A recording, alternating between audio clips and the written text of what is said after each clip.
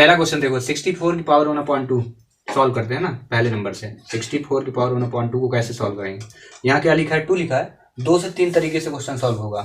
इसका 2 का मतलब है कि वर्ग है किसी संख्या का। 64 किस संख्या का वर्ग है बताओ?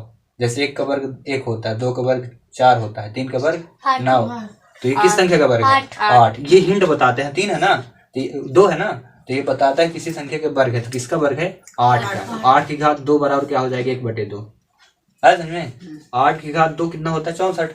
अभी देखो 2 और 2 कट गया तो कितना बचा? 8 की घात 1। तो कितना आंसर आया? 8। कितना सरल था। वैसे भी करोगे तो वही 8 है। पहला तरीका समझ में आया? हाँ। अब दूसरा तरीका, मान लो इसी क्वेश्चन को करना है दूसरे तरीके से। 1/2 लिखे, 64 को प्यार से एलसीएम ले लीजिए।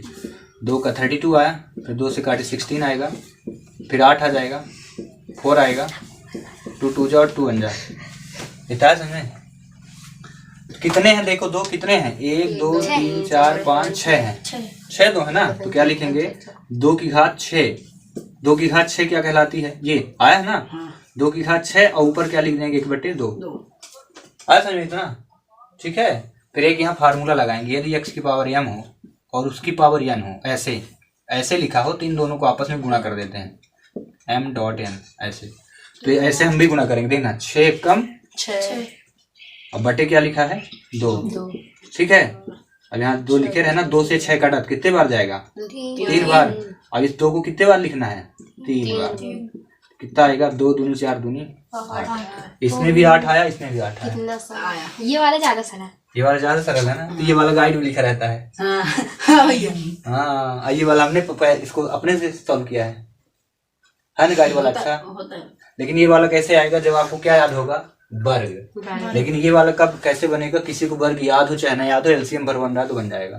तीसरा इसी करेगा, इसी के तीसरा मतलब दूसरा कर लेना ना, तीसरा करके। तो तीसरे में क्या लिखा है? 125 की घात 1/3। इसको भी 2 विधियों से कर सकते हैं, लेकिन इसको नहीं कर सकते। इसको 2 विधियों से कैसे? 125 किसी संख्या का घन है।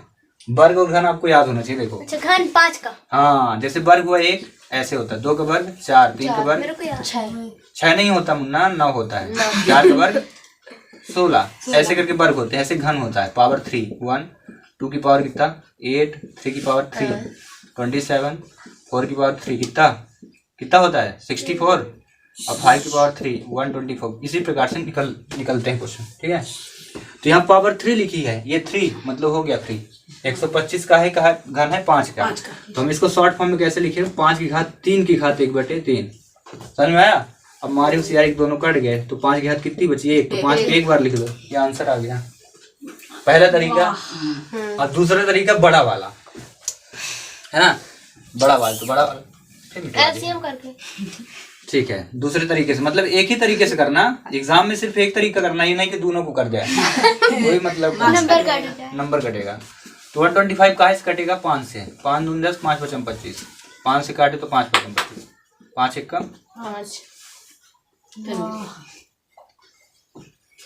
5 की घात कितनी है? 1 2 3। तो यहाँ 5 की घात कितनी लिखोगे? 3। और इसके बाहर क्या? 1/3। आज समझ में? फिर से 3 से 3 कट गया, तो 5 की घात कितनी है? 1। कितना हुआ?